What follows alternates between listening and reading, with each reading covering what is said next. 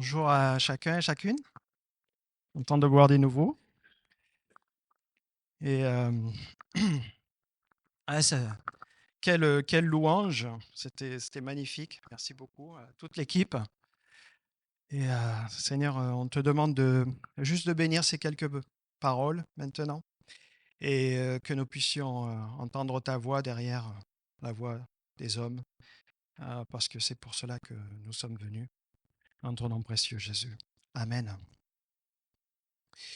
Et c'est chouette d'être dans la crèche. Ça nous transpose un peu vraiment dans l'esprit de Noël lors de cette première crèche. Alors mon message, c'est pas forcément uniquement que pour Noël, mais j'aimerais juste... euh, euh, vous connaissez cette expression il a gardé le meilleur pour la fin, ou elle a gardé le meilleur pour la fin. Bon, le meilleur pour la fin, c'est Pasteur Jean, donc il viendra après. Mais cette expression, elle est très populaire en fait. Tout le monde l'utilise sans véritablement savoir que ça vient de la Bible.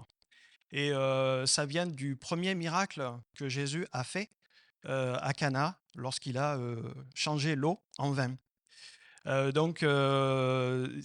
L'apôtre Jean, c'est quelqu'un qui était, j'aime bien lui donner un titre, un idéaliste théologien, c'est-à-dire qu'il voyait derrière les événements, derrière les noms, derrière les situations, les vraies vies, la réalité, il voyait quelque chose qui était bien plus grand, bien plus universel. Et cette phrase que nous trouvons en Jean chapitre 2, verset 10, c'est en fait l'organisation du mariage de Cana, ça a été prononcé par l'organisateur du mariage. Et il dit, tout homme sert d'abord le bon vin, puis le moins bon, après que l'on s'est enivré. Toi, tu as gardé le bon vin jusqu'à présent. Et cet homme a prononcé cette parole sans même... enfin, il le prononce à l'époux, donc l'époux du mariage, sans s'adresser à Jésus, sans savoir que c'est Jésus qui a fait ce miracle. En réalité, sans savoir grand-chose de ce qui s'est réellement passé. Peut-être qu'il l'a su plus tard. En tout cas, ses disciples l'ont su. Et nous le savons, Jésus a gardé le meilleur pour la fin. Et en fait, c'est vraiment ce que Jésus-Christ est venu apporter, c'est qu'il est venu apporter une logique qui est à l'inverse de ce que le monde montre. Et juste quelques pensées ce matin. Lorsque nous pensons à ce que l'homme fait sans Dieu, eh bien sans Dieu, le meilleur est d'abord et le pire ensuite. Si vous pensez à ne serait-ce que les phases de la vie d'un homme, euh, on est, on est tout beau, nos parents nous imaginent, vous savez, ingénieurs, réussissant notre vie, ils ont de grands projets pour nous, ils s'émerveillent devant nous. D'ailleurs, ce petit enfant s'émerveille de la vie, il découvre tellement de choses. Et puis, les années passent, il devient un adolescent, il est plein d'énergie, plein de force, plein de rêves. Il va changer la société, il va bouleverser ce que les générations d'avant n'ont pas réalisé.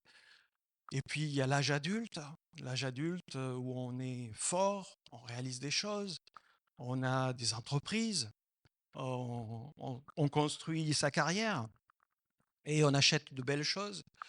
Et puis, vous savez, voilà, les années passent, le corps s'use, euh, les, les, les difficultés arrivent. Euh, peut-être aussi vous avez des choses que vous n'avez pas réussi. La déception de la vie, la fatigue s'installe. Et on peut voir que le meilleur, quelque part, était devant. Et sans Dieu, le meilleur est devant, mais le pire arrive après. Lorsque vous pensez dans les relations, vous avez pareil, le même principe. Souvent, quand on rencontre une personne, on est plein d'enthousiasme. Dans un mariage, dans une famille, vous avez souvent l'enfant qui regarde son père comme si c'était, vous savez, le Messie. On l'adore. Il est parfait. Il est incroyable. Et puis, petit à petit, cet enfant grandit et voit les petites fissures qu'il y a chez son père. Et en fait, c'est un peu comme ça, un peu dans toutes les relations. On s'aperçoit que on est déçu. Au début, c'est beau, et à la fin, c'est pas si beau que ça. Que parler, que dire du péché? Le péché, en général, nous propose de belles choses. Le péché nous promet, le péché nous dit que ça va être bien, vous serez comme des dieux. Mais si le péché nous montrait ce qu'à la fin, des foyers brisés, des vies brisées, des nations qui partaient en guerre, peut-être que on n'irait pas sur ce chemin-là de l'égocentrisme. Donc on voit bien que sans Dieu, le pire est d'abord et le pire est à la fin plutôt, pardon. Avec Dieu, c'est le contraire. Avec Dieu, c'est la crèche, par exemple.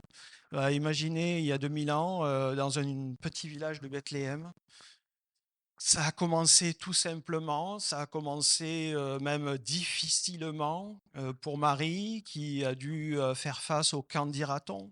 Ça a dû être difficile pour Marie enceinte avec Joseph de se déplacer à cause de l'édite de l'empereur. Ça a été difficile de trouver une place euh, dans un petit village qui est presque inconnu sur la carte aujourd'hui. Euh, on va dire, c'est le pire qui est d'abord. C'est le pire qui est dit. C'est le difficile qui est d'abord. Et puis, on voit la vie de Jésus qui grandit. On voit un homme extraordinaire. On voit un homme parfait. On voit un exemple parfait. On voit un homme qui a des enseignements merveilleux. On voit des miracles incroyables. Mais le meilleur arrive même après. Le meilleur arrive au travers de la croix. Et aujourd'hui, l'Église regarde à la croix et se dit, oui, le meilleur est à la fin. Le meilleur est à la fin. Et vous pouvez regarder, si vous pensez avec Dieu, c'est exactement cela qui s'est passé dans tous les domaines, en fait.